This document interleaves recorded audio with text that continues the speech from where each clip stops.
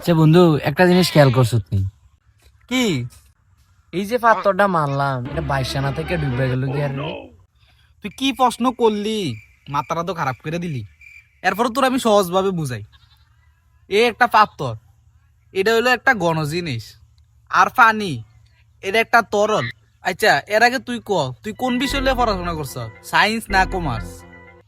আমি বন্ধু কমার্সে পড়ছি, কমার্সে। ও, তাইলে হুন, এটা দুইটা জিনিস আছে।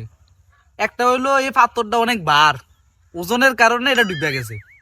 আরেকটা জিনিস হইতে পারে এটা সাঁতার কাটতে পারে না, এর লেগে এটা ডুবে গেছে। আমার মনে হয় বন্ধু দ্বিতীয় নম্বরটা সঠিক হয়ে পড়ে, কারণ এটা সাঁতার কাটতে পারে না দেখে ডুবে গেছে। আরে তুই তো একবার সঠিক উত্তরটা দিছ। আচ্ছা, এর আগে তোর ক্লাসে রোল কত ছিল? আরে বেটা, আমার রোল একা ছিল, এক। ও, মনে হয় নিচের দিক দিয়ে একা ছিলি। হ হ। হ্যাঁ।